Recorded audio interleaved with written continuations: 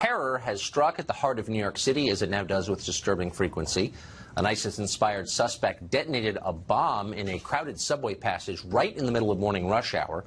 The explosion sent commuters fleeing. Thankfully, only a few people were hurt, most severely the bomber himself. That man has been identified as Akayed Ullah. He's a 27-year-old Bangladeshi immigrant who came to this country in 2011 through a chain migration visa. Fox senior correspondent Rick Leventhal joins us from New York City with more. Rick. And Tucker, the investigation aggressively underway. A law enforcement source tells me they don't believe the suspect had any co-conspirators. So in other words, they believe that he did, in fact, act alone. They say that he made the device at work. He told them, authorities, that he made the device at work. He was employed by an electrical company. And I'm told that he had extensive travel overseas since arriving here in the U.S. in February 2011. Akayed Ullah, 27, lived in Brooklyn, but from Bangladesh. The Department of Homeland Security confirming that he arrived here on an F-43 family immigrant visa. He was a lawful permanent resident, as you mentioned, benefiting from the extended family chain migration. There are questions about whether he was inspired by ISIS. He told investigators apparently that his attack was revenge for U.S. attacks overseas. But if his goal was to inflict damage and death, Tucker, he failed miserably. Authorities say Ullah had a low-tech pipe bomb strapped to his body with Velcro and zip ties, and when he detonated it in an underground passageway between the Port Authority and Times Square, the bomber was the only one seriously injured, with lacerations and burns to his hands and abdomen. 3 other people were hurt, complaining of headaches and ringing ears, but not serious injuries at this point. The Port Authority police were first on scene to contain the suspect, but there was a massive response by the NYPD, MTA, state police, and the FBI, now investigating the suspect's home, his family's home, his social media accounts, and any devices he might have been connected to or had access to for any clues to his inspiration and possible accomplices. So, Tucker, clearly this city was lucky. More people could have been hurt, and clearly, Tucker, New York City remains a top target for terrorists. Apparently so. Rick Leventhal, thank you for that. So what type of bomb was the attacker using, and what could we do to block attacks like this in the future, if anything? Those questions for our next 2 guests. Waleed Fares is an expert on terrorists in the Middle East and has been for a long time. Johnny Joey Jones served as a bomb disposal expert in the Marine Corps in both Iraq and Afghanistan. They both join us tonight. First to you, Waleed, the question we always ask: how do we prevent attacks like this in the future? I am not concerned about the investigation. They're going to get us a lot of information about himself, his network, where he's coming from. I am concerned about the fact that we were not able to detect him and therefore vetting him before. The real battle is going to be the vetting system. But with the scale of our immigration into this country, how could you possibly vet all those people? Well, you have a problem of immigration that we need to respond to, regardless of terrorism. And then you have a problem of terrorism, the jihadists connecting to these holes and loopholes inside the immigration system. So we need to be smart, making sure that we have a government ability to detect on the one hand and disconnect that threat from the windows they're using to get to the United States. Johnny, this attack seems like it could have been far worse. Why wasn't it? Well, yes, it absolutely could have been far worse because he made it to that place with a bomb on his body. More than likely, there are 2 scenarios here on why this didn't work well. Either he attempted to make a high explosive like ammonium nitrate or TATP or some of the things you've heard of and failed in the chemistry, the actual mixture of the component, in which when he went to detonate it, the little blasting cap went off, but the actual high explosive didn't. Or he did what I believe to be more common option. He tried to use a lower explosive like black powder, almost like gunpowder. And when you do that, the container you put it in has to stay contained. That's why they use pressure cookers and threaded pipe. It has to stay contained and allow for enough time for that low order, that low explosive to actually turn into an explosive or to actually explode. When that happens, if you don't do it right, if that container has any weak spots, he'll do what's called venting, where it actually just sucks in oxygen and starts to burn instead of explode. I think more than likely, with the very little information, which is the video, the picture, and what we hear, more than likely it probably was a low explosive like black powder. A lot easier. You can buy it off the shelf. There's no chemistry involved. Well, that's the thing. This guy seems to have acted alone. He apparently told investigators from his hospital bed this afternoon that he got the instructions for this bomb on the internet. Is that plausible? Absolutely. So you got to think of 2 things when it comes to making a bomb. the thing that goes boom is your main charge. That's a chemical that you have to make or acquire. And then the apparatus, the whatever it is, anything in Walmart that turns a light bulb on or makes a noise can be used to trigger a bomb. Any battery can be used to set it off. So, you know, there are two things you make here. One is an electronic circuit that sets it off. The other is the actual explosion that explodes. Usually both are homemade in Afghanistan or Iraq, and usually both have opportunities to go wrong. I can tell you I'm sitting here today alive because dozens of them just weren't made right. Well, that's good news for you and for commuters this morning. Waleed, the thing maybe that's most troublesome about this is that this guy was basically succeeding in the United States. He came over, he had a hack license, a license to drive professionally in New York City. He was working for an electrical contractor, apparently, been here for a while, and yet he tried to detonate a suicide bomb this morning. How do you get from one to the other? That's a great point, Tucker. Basically, number one, what has happened now and will be happening is that an unsuccessful operation will do what? It will teach the next wave of jihadists. What we discussed right now, we are telling the other side that to have a successful bomb, we need to do it in a better way. But that's the system of democracy. Why he actually came here, basically, what we don't know, was he already indoctrinated overseas? Where did the indoctrination happen? That's my real concern. But what's terrifying is he wasn't an outcast. I mean, he was doing what immigrants are supposed to do. He had a house. He was here living with his family. He had a series of jobs. I mean, he doesn't... Well, that's your response. Guess to whom? To the previous 8 years of the Obama administration, where we were told, oh, they don't have a job, they are frustrated, only bad guys. Well, that's a successful guy. That's exactly the point you're making right now. Which is terrifying. Which is terrifying because they could use success if they are indoctrinated. Scary. Well, Johnny, thank you both very much. Thank you. Islamic terror isn't just menacing New York City, of course. It's an even greater problem in Europe, where decades of slow immigration have accelerated to become a wave of migrants that has completely changed the demographic mix of that continent, not to mention the daily lives of the people who live there. Pull up your mental image of Sweden. Pacifism, socialism, blonde people, mandatory politeness, lilting accents, saunas, you know the cliche. If that's what you're picturing, you haven't been there recently. Here's the scene in Malmo, that's the country's third largest city, just the other day.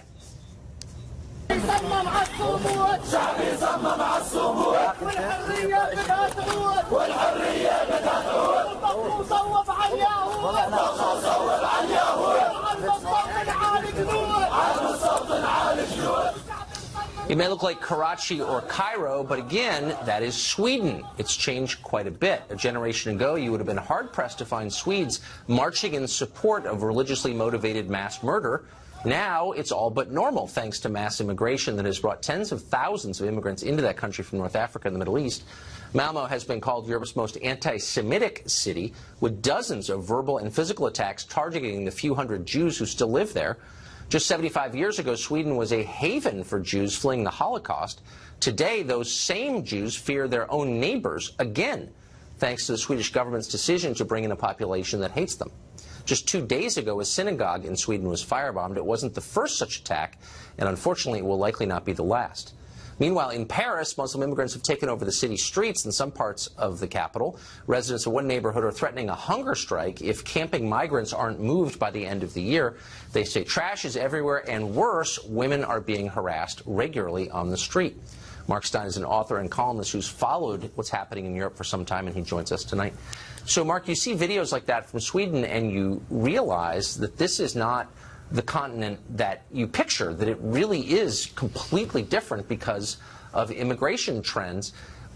Are the authorities in Europe, I know you spent a lot of time over there, aware of this? Do they care? Is there a public conversation about this?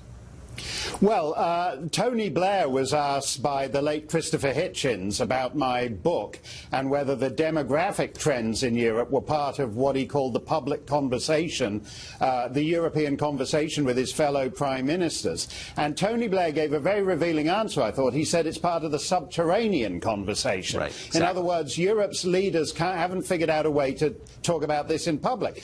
I know Malmo very well. I've been there once or twice a year for the last 15 15 years. And the reason I go to Malmo is because it was the first Christian city in what was then Denmark, and it's now going to be the first Muslim city in Sweden.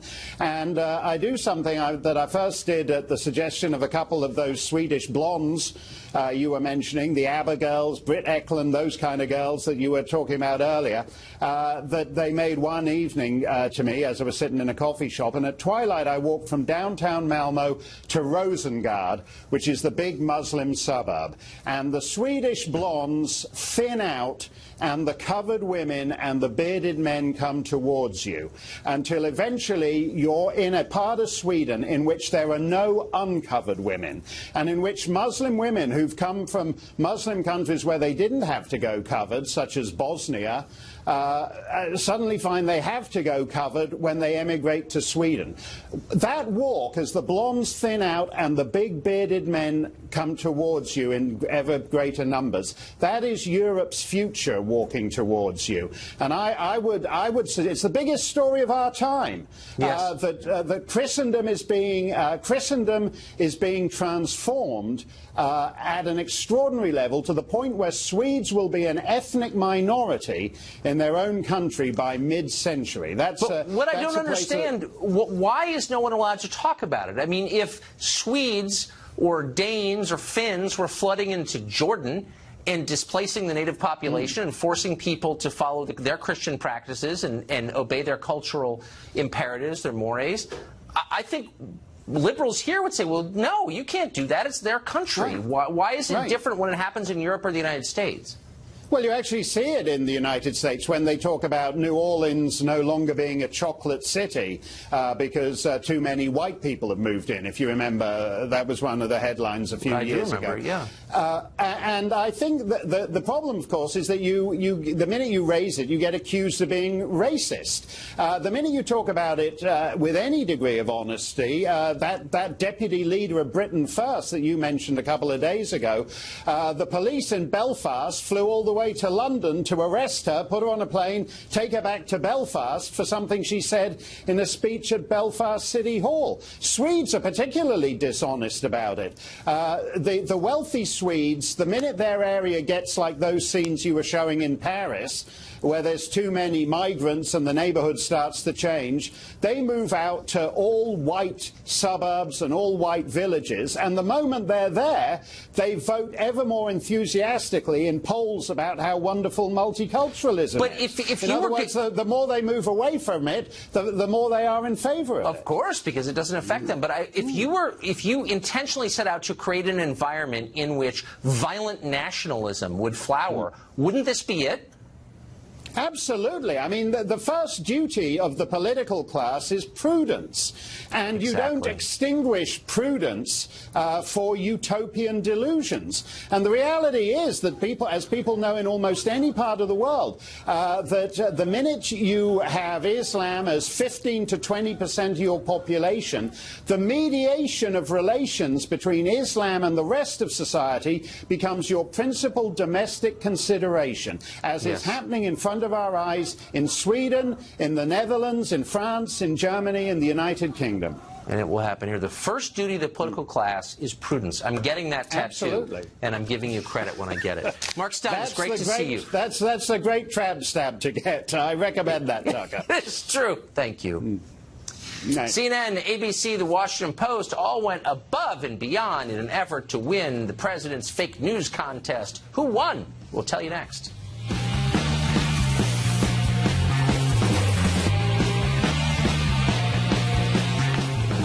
A couple of weeks ago, President Trump made the following pretty amusing proposal on Twitter, quote, "We should have a contest as to which of the networks, plus CNN, not including Fox, is the most dishonest, corrupt, and or distorted in its political coverage of your favorite president, parenthesis, me. They are all bad. Winner to receive fake news trophy, exclamation point." It seemed like a joke then, but apparently the other networks took it very seriously and started working to win. CNN hyped a WikiLeaks bombshell that went absolutely nowhere. ABC had to suspend Brian Ross after he falsely claimed evidence of pre-election collusion between Trump and Russia. Even old Dave Weigel of The Washington Post, who now has a mustache, got involved, used a misleading photo to suggest Trump's rally in Pensacola was empty rather than packed. It was quite a week for the press, but instead of pausing for self-reflection, David Frum of The Atlantic said these bungled stories proved the importance of trusting the media. The mistakes are precisely the reason that people should trust the media. Look, astronomers make mistakes all the time because science is a process of discovery of truth. Astrologers never make mistakes, or at least they never own up to them, because what they're offering is a closed system of ideology and propaganda. So the mistakes are the reason you ought to trust the accuracy. Is it brilliantly counterintuitive or just stupid? That's the question. Joe Concha writes about media for The Hill. Molly Hemingway is a senior editor at The Federalist, and they both join us tonight. Molly, first to you. I don't begrudge anybody the right to make a mistake once in a while. I've made a ton of them, for sure. I just can't help but notice that all the mistakes that the different channels are making are in the same direction. All the mistakes seem to be kind of solidifying liberal views on things. Right, and just in this last week alone, you mentioned a few of the stories, but you didn't even get all of the stories that no, there were mistakes. Can't keep track. Was, a false report about Deutsche Bank subpoenaing right. Trump financial accounts, and there's many, and the New York Times said that K.T. McFarland had admitted collusion. She did not admit collusion. All these stories go in the same way. So if they want us to believe that these errors are just routine and they are just some things that happen occasionally, why are they all going in the same direction? If they truly were just accidents or things that happen as part of the job, you would expect to see errors go in different directions, errors that make Trump look good as well as bad. Or you would have expected to have seen the same level of erroneous reporting on Barack Obama. We did not see that. Yeah, I don't remember seeing that at all. So, Joe, again, people make mistakes, but if you're consistently wrong, and if you're way out over your skis making predictions that don't match reality, in any other business, you would be demoted or at least asked to take some time off. You'd be fired from the military. No one ever gets fired in the media except for groping others at Christmas parties. Have you noticed that?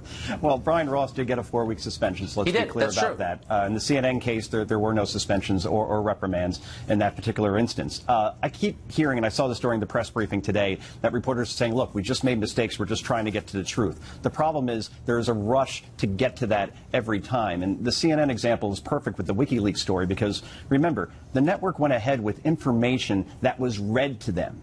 And then the Washington Post did the right thing. They actually got the document that showed that the information was false. In essence, that Donald Trump Jr. and Trump associates received that information 10 days later. In other words, they took a little more effort and took a little more time and actually got the document. Now, and one more point, by the way, in terms of we hear about unnamed sources, right? These aren't innocent whistleblowers. These are political operatives, or they may even be lawmakers themselves. And they realize now they can weaponize false information because you have reporters that are like that Jim Comey analogy I used earlier in the year, seagulls at the beach that will eat anything and gobble it up regardless of the quality or even know what they're eating. And let me give you one more stat. Jim Sciutto, who is a foreign affairs correspondent for CNN, he pushed out this story, like everybody does when their network gets a big exclusive. And that got 2,300 retweets and 3,300 likes on Twitter. He then sends out the correction saying, no, we got it wrong, and this is what the story actually says. You know how many retweets that got? 52. And only 148 likes. I'm not very good at math, but I believe that's about 2%. So that's the thing. Even when the correction's done, the allegation always trumps the exoneration. So, Molly, the substance of these stories, maybe not that's ridiculous Russia story or how many people went to some Trump rally. Like, in the end, who cares?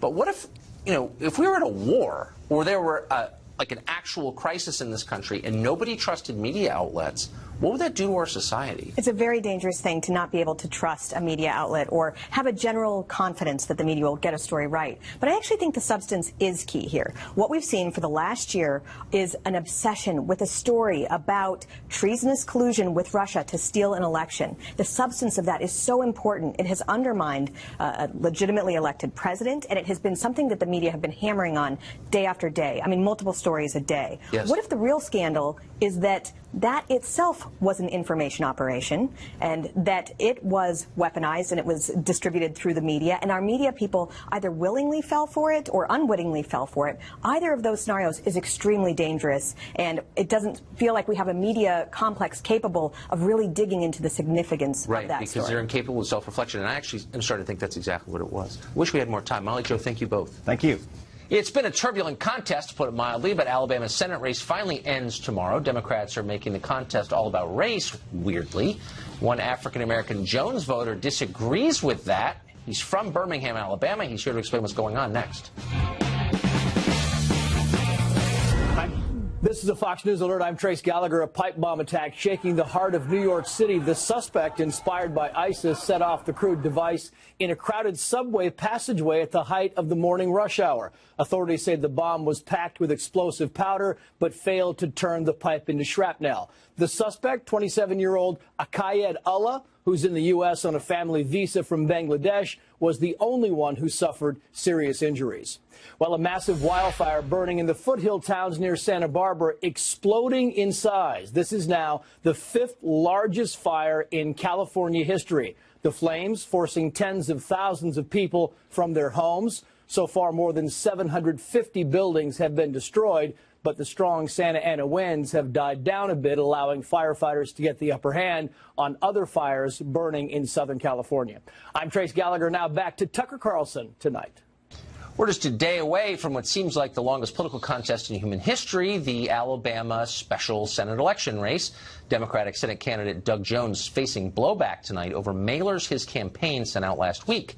Those flyers showed an image of an incredulous black man and asked, quote, if a black man went after high school girls, anyone would try to make him a senator? Eric Guster is a lawyer from Alabama. He is a Doug Jones supporter, voted for him. An absentee ballot. He joins us tonight. So, Eric, it seems to me there are a lot of reasons that Democrats might want to vote against Roy Moore. But why these flyers telling black voters he's a racist? Why not go after him on the issues? Actually, Doug Jones has gone against Roy Moore on the issues, such as Roy Moore's his civil rights history and some of the things such as he wanted to keep segregational language in the Constitution. Those are the issues that Doug Jones has brought out. And the flyer, I did not like that flyer, but he has promoted his campaign and he has marketed to African-American communities as well as other Democratic bases to get them out to vote. But what I find, I guess, insulting about this, and I'm not African-American nor a Democrat, so I'm sort of watching from the outside, but it seems insulting, kind of, that, I mean, if someone tried to get my vote by making it all about, you know, someone who's against white people or whatever, I'd say, okay, but, like, where's he on tax rates? Do you know what I mean? It seems like this is a very tired way to campaign. You see it a lot. Why do it in this race? Oh, God, everybody's doing it. Luther Strange, when Luther Strange got beat down by Roy Moore, Luther Strange was one of the most race-baiting campaigns I've ever seen. Roy Moore has done it in a way in which he talks about immigration and building a wall, and he has all these brown people on camera to say we don't like them. That is what his campaign is based upon. Luther Strange, Luther Strange not running for anything now. But Luther Strange ran a racist campaign against Roy Moore in the primary that doesn't even make sense given the demographics of Alabama. I don't even know what you're talking about, but it kind of is. And that's what he did. It didn't make sense. That's the beauty of it, because he was trying to create racially charged. He was trying to create their campaign to make a racially charged, and that's what he did, and he got whipped. However, now we have Roy Moore, who's doing something similar. Well. But I mean, look, here's the point. I mean, nobody. I'm trying to educate you about it. There are a lot of reasons that you might be against Roy Moore. I think you could take these accusers seriously. You might not like his position on X, Y, or Z. But he's not trying to bring segregation back to Alabama, and you'd have to be dumb to think that he is. I mean, let's just be honest. First of all, hold on, Tucker. I did not say that. I don't think you said that. No, you didn't say that. But the Jones campaign is saying that. I didn't say that. I didn't think you did. The Jones campaign is saying that. I'm making sure. Absolutely. Right. No, Jones is not saying he wanted to bring back segregation. That is not what he said. Doug Jones is bringing out the fact that Roy Moore wanted to keep segregational language in our Alabama Constitution. That is a major issue for so many people, including blacks and whites, because we want to get rid of that language, and Roy Moore supported it. Okay, but no one is trying to bring back I mean, that's a debate about language, but its real-life implications are pretty much zero. Nobody's trying to bring segregation back to the state of Alabama. No one in this race, anyway. No non-crazy person is trying to do that. And so it's not really about that. This is about trying to scare people, and it doesn't seem like it's necessary, and it leads to lasting wounds that don't go away. So why do that? And why do it in every single race? I don't know why Roy Moore is trying to hates scare you. people into voting for him. I don't know why Roy Moore is trying to scare people into voting for him, because that's what his ads are portraying. They're trying to scare people about immigrants, trying to make the immigration, the people who need immigration, the immigration boogeyman. But both sides have gone a little far with their mailers and with their ads. I do say that, but I did support Jones. Here's the difference. You should be afraid of our immigration policy because of what happened this morning in New York, what happened last week in Sweden. I mean, it's not a racial question. You can be terrified of our immigration policy and not be Hold a on, racist. why are you saying we should be terrified about? I mean, because we're not vetting people we're are letting in here, and it's making the country poorer and more dangerous. It's not a race attack. It's a statement of fact. No, it's not. And you're That's not a bigot true. for That's not saying true, that. Tucker. Well, it is true. Tucker, that's not true. No, it's not. I appreciate you saying that, but it's not true. You appreciate me saying that. Eric Guster, thanks for coming on. I appreciate it. Richard Goodstein advised both of Hillary Clinton's presidential campaigns, and he joins us now. So this, I guess what bugs me, and I'm not taking up the cudgel on behalf of Roy Moore, I'm just pointing out that, like, you don't need to do this. You could run a series of ads against Roy Moore about him being impeached as a judge or about the accusations currently against him. You don't have to pretend that he's some kind of Klansman or George Wallace replica, because he's not. Why are they doing this? Well, I mean, ask Richard Shelby why he said not only could he not vote for Roy Moore, but he didn't think other people should, and he didn't think Roy Moore represented what Alabama should. I mean, and he's not talking about race. I mean, look, Doug Jones You're said, making my point for me. Oh, okay, Why doesn't Doug Jones do that? Doug Jones said that the mailer speaks for itself, but it's in an odd way, Roy Moore's the one who introduced race by talking about how when America was great again is when there was slavery, because families were together. Roy Moore's the one who said we should abolish all the amendments after the 10th, which would mean no 13th, no abolition of slavery, no 15th, no right to vote, dependent on race, no 19th Amendment because of giving women the right to vote, et cetera, et cetera. So if anybody is kind of putting race in, it's Roy Moore. And nobody's suggesting we go back to these things. No, okay, and that's kind of the point. Right. Look, you can agree or disagree with Moore on a whole bunch of things, but to compare him to George Wallace or to suggest, as this flyer does, that he wants to bring segregation back, he hasn't suggested. There's no evidence he wants that. And whenever you say something like that, it makes people more afraid. It divides the country in ways that are permanent. I don't know why Democrats persist in campaigning that way every single campaign. Yeah. So all I'm saying is I don't think a statement in 2011 about doing away with every amendment past the 10th. Okay, this was not ancient history. This was a relatively recent comment. Wouldn't it just be easier to ask Roy Moore? Look, are you for limiting people's rights? Roy Moore's lying about these women. What do you say? Ask him. Roy Moore can't, kind of level with people about what he did with these women. Hold on, but on a policy question, it's really simple. And I've never understood why people persist in assuming what others think when you could just ask. Roy Moore, whatever you think of him, is pretty upfront about what he thinks. Maybe you don't agree, you believe him on the women. I get it. Right. But on his beliefs, he's willing to say the most unfashionable things. Why doesn't someone say, hey, Roy Moore, should everyone over 18 be allowed to vote without a felony record? I think he'd probably say yes. Yeah. And all I'm saying is Richard Shelby, the other senator, has as much at stake in who that other position is going to be as anybody, including Donald Trump. And even he couldn't bring himself to vote for Roy Moore. And whether it's about race or not. My point is not that every decent person has to vote for Roy Moore. I don't think that, actually. Yeah.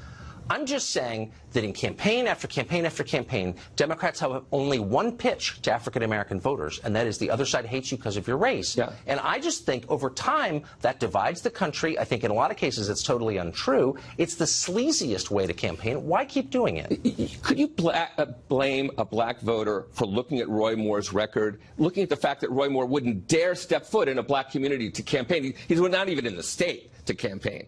The fact that Roy Moore can't bring himself to speak to black voters, and that he takes these positions that are so antithetical to the interests of black voters, saying slavery was the time we want to make America great. He didn't say slavery was. Look, I'm not going to get me in a position where I'm defending everything Roy Moore said. I'm just saying he didn't actually endorse slavery. Let's just. Of course, I'm not saying he did. Why not attack his views on, I don't know, tax rates or something real? But the question was, when was America great again? And what does he go to? He goes to the time of slavery. So again, it's not Doug Jones. Do you think Roy Moore's for slavery? I think Roy Moore has this fantasized view that, yes, That's when America was at its best. And yeah, we had slavery. No, we had slavery, but in his adult view, families were close, which is hideous, right? But do you think Roy Moore, you don't think he's for slavery? You don't have any evidence he's a racist? I'm looking at what Roy Moore said. But what? No, but let's just be real for a sec. Do you have evidence he's a racist? You don't.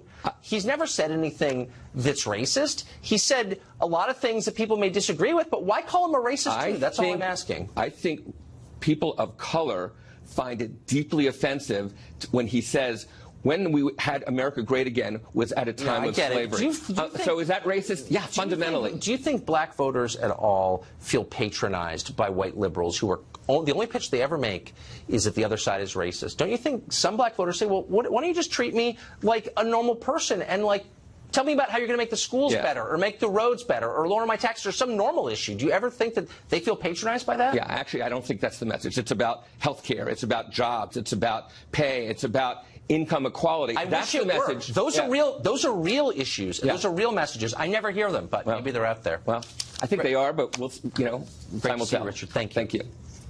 After years of calling the whole story a sham, Planned Parenthood is now facing a federal investigation for possibly selling baby parts, which they appear to have been doing. The man who first exposed this horrifying scandal joins us next.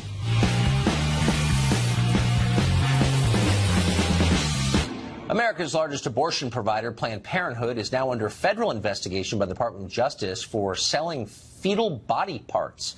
Allegations against the group first surfaced when the Center for Medical Progress, that's an anti-abortion organization, published footage of Planned Parenthood employees discussing the trade in fetal body parts, and it was nauseating.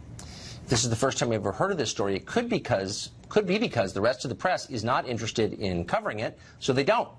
We spoke to David Daleiden, who leads the Center for Medical Progress, on this subject. David, thanks for joining us. Hey, Tucker, great to be on. What exactly is the DOJ looking into? What are the allegations? Sure. So the DOJ is just doing their job and doing exactly what they should be doing, which is following up on two very good, comprehensive investigations that were done by the Senate Judiciary Committee and by the House Select Investigative Panel into Planned Parenthood's participation in the harvesting and sale of aborted baby body parts with multiple for-profit companies that they were engaged with for about 5 years and sometimes even longer. So Planned Parenthood was involved in the sale of human parts. That's illegal. We've known this for a long time, and yet, as far as I know, the only people to face legal consequences so far have been members of your group, which brought this to light. Is that correct? So far, Planned Parenthood's political allies in California have brought a series of totally bogus charges against myself and one of my investigative colleagues. Those are being litigated in California right now. But now Planned Parenthood is going to have to face the wheels of justice themselves because the Justice Department is doing their job. They're following up on some very damning evidence, both documents and other kinds of evidence that was uncovered by the congressional investigations. And Planned Parenthood is going to have to answer very serious questions about why their medical directors are in those documents endorsing advertisements from companies like STEM Express promising a financial profit to abortion clinics when they provide body parts, why they're signing contracts that value Planned Parenthood's abortion body parts inventory at up to the millions of dollars. There's lots of very damning and incriminating evidence in those documents that now the Department of Justice is going to have access to, and Planned Parenthood is going to have to face the consequences for that under the law. I mean, presumably you could be for Roe v. Wade and still horrified by the idea of selling baby parts. Has any prominent Democrat denounced this that you've seen?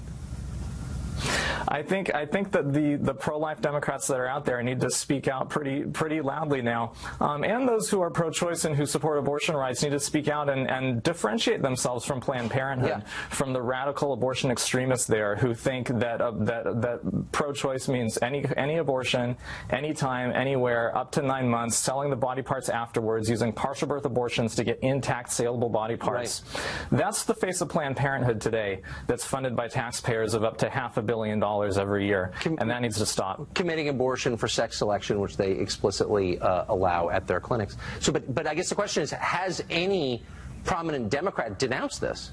Any? You would have to ask them. You know, I just saw my own Senator Dianne Feinstein from the state of California just issued a statement today in support of Planned Parenthood, even in the face of them facing an investigation, a federal investigation from the Department of Justice now for their years-long scheme with companies like STEM Express and Advanced Bioscience Resources and Novogenics Laboratories to harvest and sell tiny baby hearts, lungs, livers, and brains from their late-term abortions. So unfortunately, the most prominent people who are in Planned Parenthood's corner still seem to be with them, and it's really a problem because the evidence is not going to be able to be kept under wraps and to be kept covered up forever. Planned Parenthood's allies in high places like Judge Orrick, who's the federal judge in San Francisco overseeing their lawsuits over to me, he has a long history of affiliation with Planned Parenthood. He helped open and run and fund a Planned Parenthood clinic in San Francisco that's now part of the affiliate that's suing me in his courtroom. He needs to recuse himself. Well, he still hasn't done that. And he's the one that's trying to keep the remaining videotapes under wrap, which are now going to be all the more relevant in light of the federal DOJ investigation. 50 years from now, his ancestors will be ashamed, and so will Dianne Feinstein's, of what they're doing right now. And I appreciate everything you're doing. Thank you. Thanks, Tucker. David, thank you. U.S. tech companies are more powerful than any corporations in human history. What's the right way to rein them in, if indeed they should be reined in at all? The chairman of the SEC joins us next.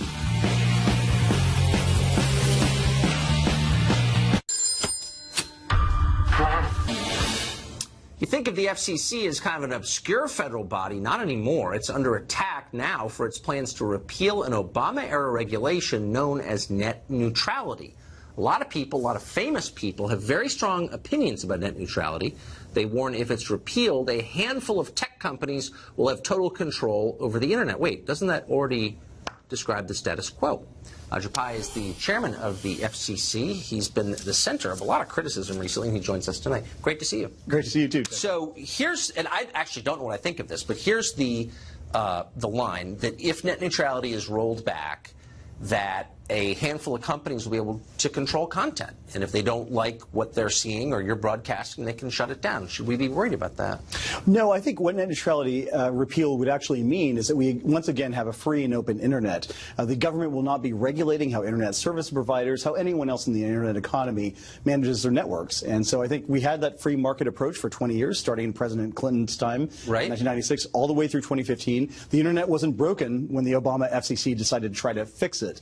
And we've seen the effects of these regulations over the last 2 years. It's made for worse infrastructure investment, less innovation, and I think that's part of the reason why these regulations need to go. But I guess what's changed is we're in the middle of the biggest witch hunt in American history, and corporations are complicit in that. So what would happen if this is repealed and the Southern Poverty Law Center says, you know, I saw Fox News the other night, that's hate speech, Internet service provider shut them down. What would prevent the service provider from doing that? Well, one thing is that the FCC requires transparency. If any ISP engaged in that kind of conduct, they would have to disclose it. Additionally, the Federal Trade Commission would have jurisdiction over it. But I think you've actually put your finger on something that's very important that I've talked about. Where is the real threat to the free and open Internet? And one of the things that people have suggested is it's not Internet service providers, it's some of the content companies that decide what you see on the Internet and, more importantly, what you don't see. Where's the transparency there? Shouldn't we have a conversation that involves them as well? Why don't we? So you have two companies, Google and Facebook, that control 90% of all digital ad dollars. That means they basically control all news on the Internet. Nobody ever says anything about it. Nobody appears worried by it. Why is that? I'm not sure why, but you do see rumblings on Capitol Hill. Members of both parties and both houses are a little bit worried about what's going on the Internet in terms of transparency and how some of these decisions are being made. And I, too, have raised some of these concerns. When Twitter, for example, restricted Congresswoman Marsha Blackburn's YouTube video announcing her run for the Senate, in part because of her pro-life views. And same thing with YouTube demonetizing Diamond and Silk, some Trump supporters, and Dennis Prager's videos. I mean, a lot of these decisions impinge on the free expression online that we've all come to cherish, but there's no real transparency into how these decisions are made. And there's never any outcry, whereas there is